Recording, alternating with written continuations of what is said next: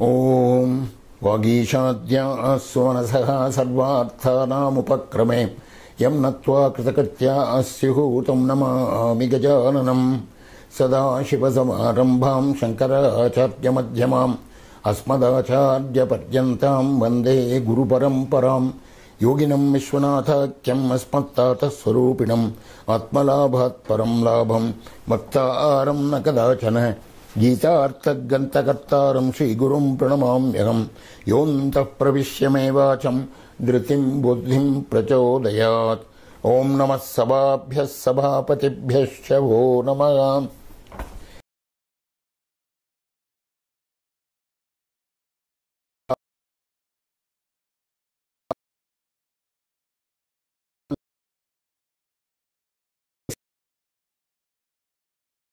But that was fully about the content and the concept of the cosmic dance. So now we continue that story about the location Tamil Nadu, where this temple is situated and Lord Sabhapati is permanently residing there. The word Sabhapati, the word Chidambaram, the earliest mention and the Puranas, one can find it in Ravana's Shivatandava Stotra. Dharadharendra Nandini Vilasa Bandhu Bandhura Spuraddiganta Santati Pramodamana Manase Kripa Kataksha Dhorani Niruddha Durdharapadi Kvachit Chidambare Manoni Vinodametu Vastuni. Chidambare, let my mind play and spend, take it as a resort in Chidambaram. Of course, Chidambaram has two meanings. One is the location of Chidambaram, the other is the Chit consciousness, the consciousness within us. That is also Chidambaram.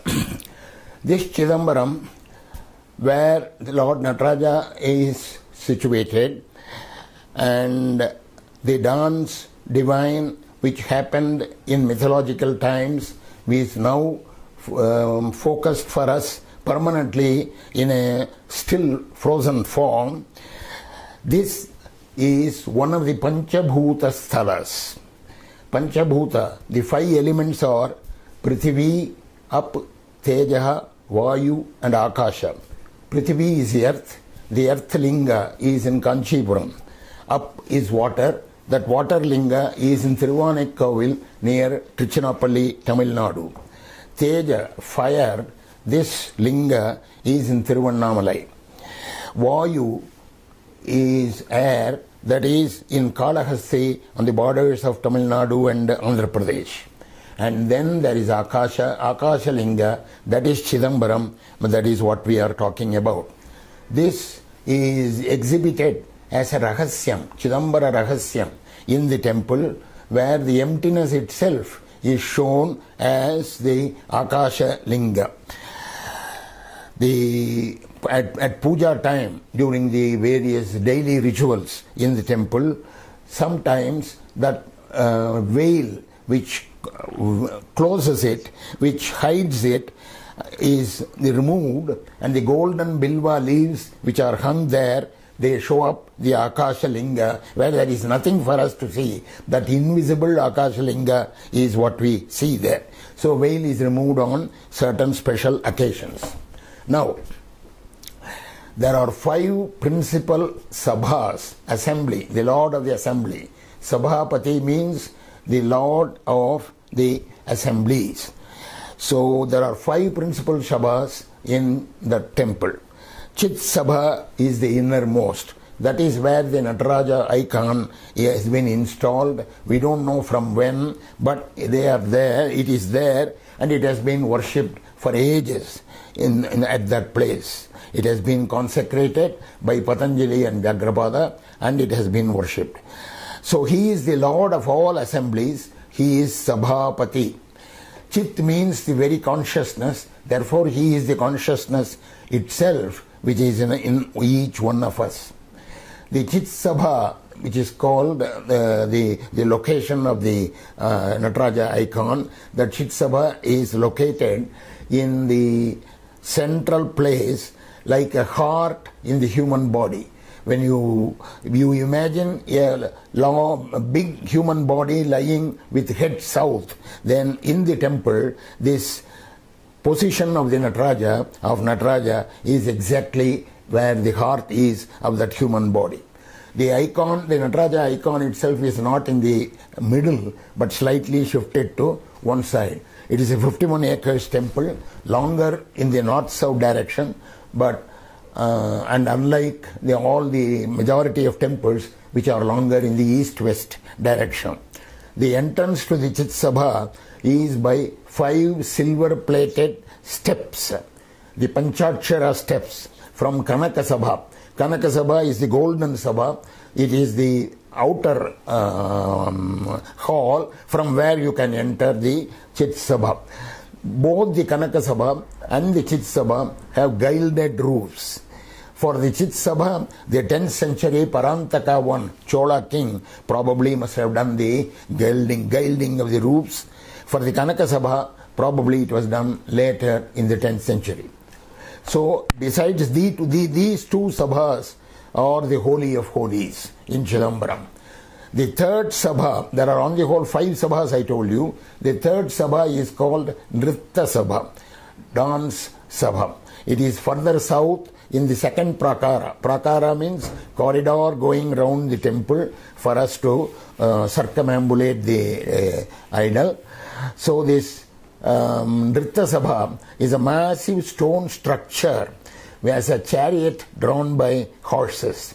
That is what houses the Urdhva Tandava of Lord Nataraja. Urdhva Tandava posture means 1 foot high up in the air.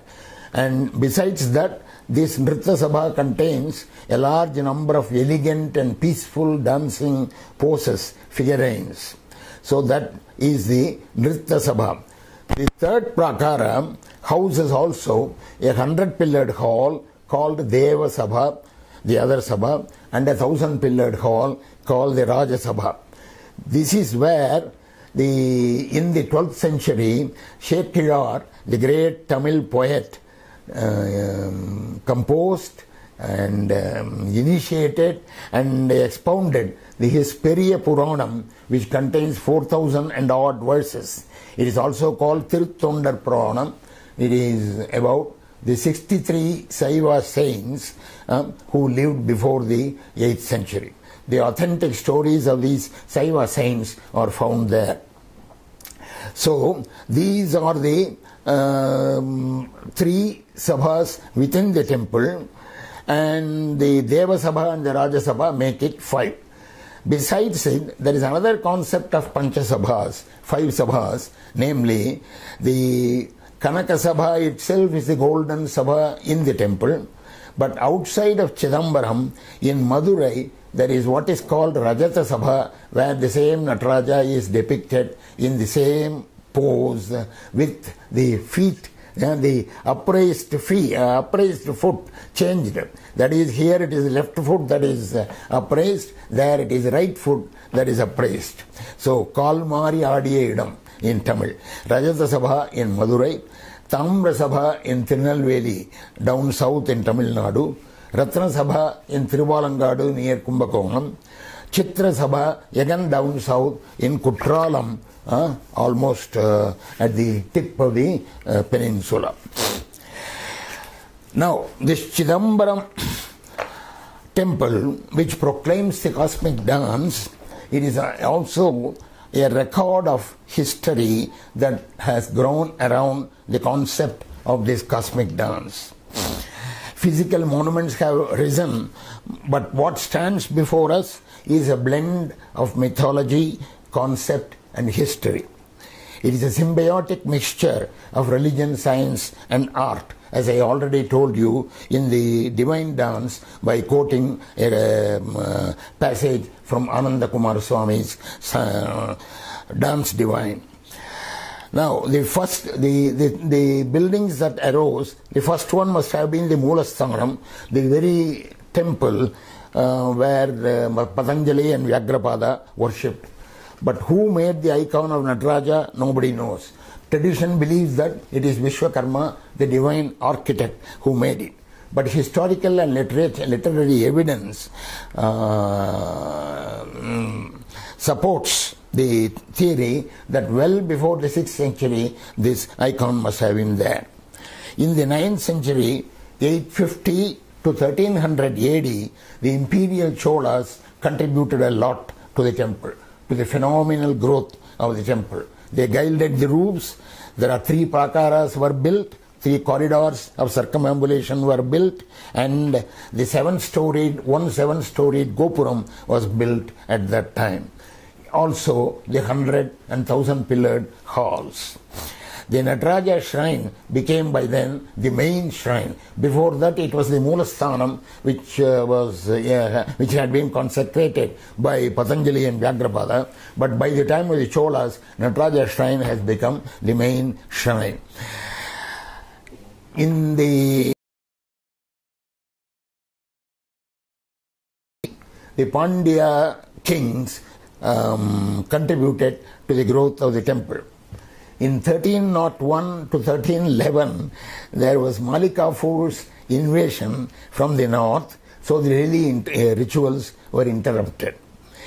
From the 14th to the 15th, 17th century, for 3 centuries, it was the heyday of Vijayanagar kings. They contributed to the building, further extension and further building of the prakaras of the temple.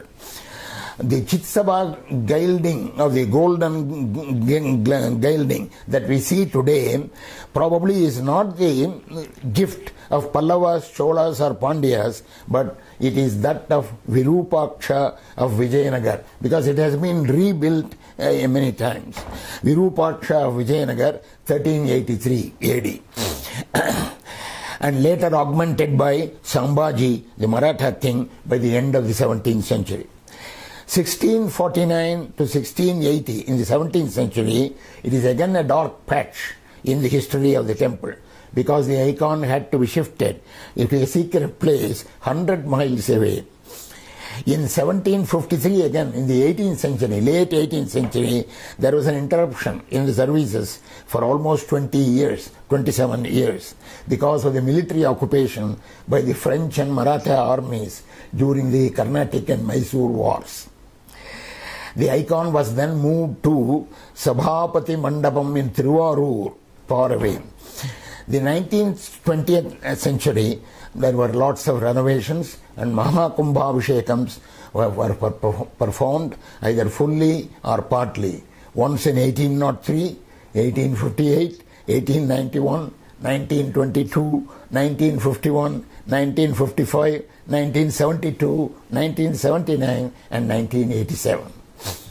Note that even as early as Adi Shankara's time, he had gifted the temple with a Spatika linga, which is still ceremoniously worshipped every day at a particular time in the temple, in the Kanaka Sabha. In the Kanaka Sabha, it is the Abhishekam for that Spatika linga is performed. People watch it from lower down, because the Kanaka Sabha is a raised pedestal. The Sabha itself is at a higher level. At that time, people are not supposed to come into the Kanaka Sabha, so they will wait outside, but they can see. So the Abhishekam is performed every day, I think 10 o'clock or 10:30 or something. Still the ceremonious worship of that Spatika linga is being performed. Also, in Chidambaram, in that particular temple, there is a unique puja protocol, unlike in any other temple. This is a unique puja protocol. This was once upon initiated by Patanjali himself, long ago. Now we come to the miraculous recovery of the Thevaram hymns. The miraculous recovery of the Thevaram hymns. This is a very interesting history. Rajaraja I, the 10th century great Chola king, you see, he was aware of the hymns, Thevaram hymns, that were lost or hidden, but they were not able to find where they were hidden. Very few singers remembered the songs, but there was one little boy, Nambi Andar Nambi, a little boy in a village near Chidambaram. His devotion to the Lord was so great that it is said, it is folklore, that he was able to make a stone idol of Vinayaka eat some sweet dish that he offered. So the king heard about this story and called him, located him, and asked him about the leaked, about the Tevaram hymns. So he, almost by intuition, the boy said, they are all lying in a locked room in the western prakara under the seals of the original hymnists themselves. The original hymnists were Sundarar, Appar and Sambandar. These are the three great saints of Tamil Nadu of the 6th, 7th and 8th centuries who had sung these songs. So when the boy said this, the king wanted this to be retrieved, but the priests in the temple would not allow the king to approach the room and open the locked room. So the king had to use some of his authority and also his imagination. So what he did was to make three big idols, icons of the three great hymnists, and bring them in a procession from Tanjore, his headquarters, to Chidambaram, and with that authority, he said, now they want to retrieve the hymns, and so they were allowed. But what they found was a whole heap of palmyra leaves under a mound of ants. But an aerial voice at that time said that don't worry about it, whatever was recoverable should be enough for this age. What was recoverable was 384 of 10,000 Sambandar songs that probably were there.